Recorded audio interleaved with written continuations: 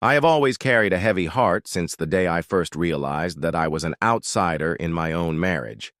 I still remember the moment I stepped into her family's home, a grand, cold space filled with polite smiles that never touched the eyes of those around me. I felt as if I were walking on thin ice, each step a reminder that I was not welcome. I worked hard every day, leaving my sweat and tears on the job so that my wife and I could have a roof over our heads and a table filled with food. Yet, despite my efforts, her family made it clear that I was less than what they expected. I have often wondered if they saw me as someone who did not belong, someone whose mere presence was a silent rebuke to their way of life. Every visit to her parents' house was like stepping into a gauntlet. I remember the icy glares from her mother, piercing through me like a pointed razor. I felt small, almost inconspicuous, yet brutally noted for all the wrong reasons. Her eyes held a silent judgment that made my heart sink even further. I tried to shake off the feeling, to believe that perhaps I was overthinking things, that I was simply misunderstood. But as the days passed, it became increasingly clear that no matter how hard I tried, I could never measure up to the standards set by her family. I recall one particular visit. As I sat silently at the dinner table, hushed voices exchanged sharp looks and whispered words. I was there physically, yet emotionally, I was pushed aside, forced to listen to a chorus of disapproval that seemed to echo in every corner of the room. My wife, instead of offering a kind word or even a fleeting gaze of sympathy, stayed wordless, her silence more damning than any verbal rebuke could have been. At that moment, I felt a terrible loneliness, as if I were the only one actually present, while everyone else performed a part in a harsh scenario that had been crafted without me in mind. I have often questioned my own worth in the wake of such relentless rejection. Was I not a good man? Had I not tried with all my might to be the husband she deserved? I spent many sleepless nights replaying every interaction in my mind, attempting to find a reason, an explanation, or perhaps a spark of hope that someday things might change. But with every passing day, the realization grew stronger. I was living in a constant state of isolation, a stranger in a world that was meant to be my home.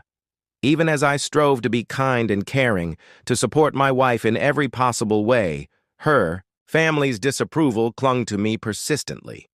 Their behavior was like a gradual poison, spreading into every element of our life, leaving a sour aftertaste that no amount of love or dedication could wash away.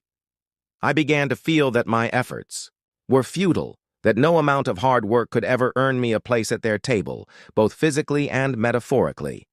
In the quiet moments of meditation, I wondered if I was destined to be the outsider, eternally imprisoned in a marriage where I was constantly reminded of my inadequacies. Today, as I stand at the threshold of another day, the memories of those traumatic encounters return with unrelenting clarity.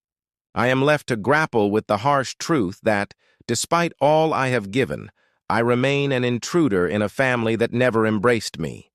The constant rejection, the silent, scornful glances, they have worn me down, leaving scars that run deep within my soul.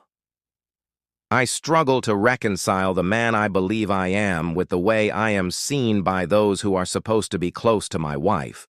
Each moment spent in their presence is a reminder that I will never be enough, that the warmth of a family is meant for someone else, someone who fits neatly within their environment, without causing any ripples.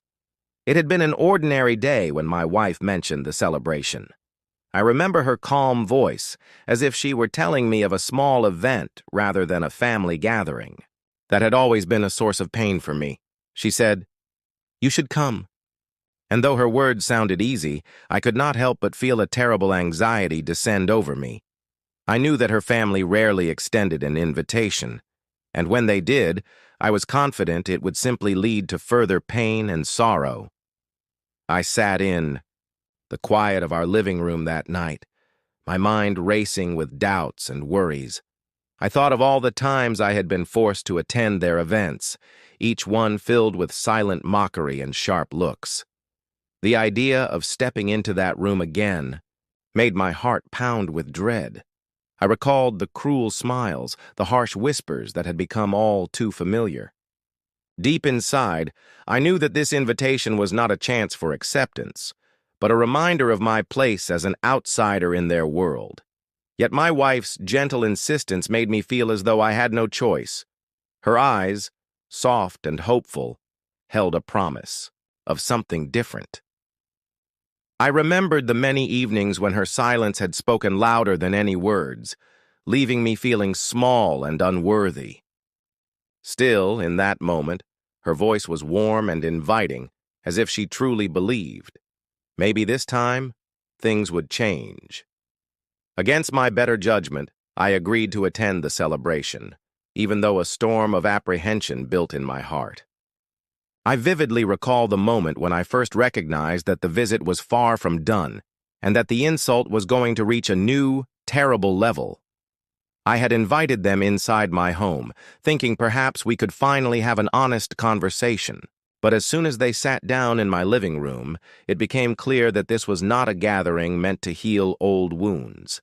They took their seats as if they owned every inch of the space, as if I were a mere accessory to their plan. My mother-in-law, with her eyes cold and calculating, fixed her gaze on me and began speaking, as if scripted sentences were being delivered without a touch of sorrow. "About last night," she started, her voice smooth and laced with false sweetness. "We need to settle the matter." I stood there, stunned, as her words slowly sank in like a slow poison. For a moment I believed she might offer a hint of apology, a softening of the tone. But instead she continued, "We need you to cover the bill." Her words echoed in the silent room, and I felt a burst of fury coupled with disbelief. I had endured so much humiliation previously, but now they wanted me to pay for the dinner, a dinner that had been organized to showcase their superiority and to remind me, once again, of my place.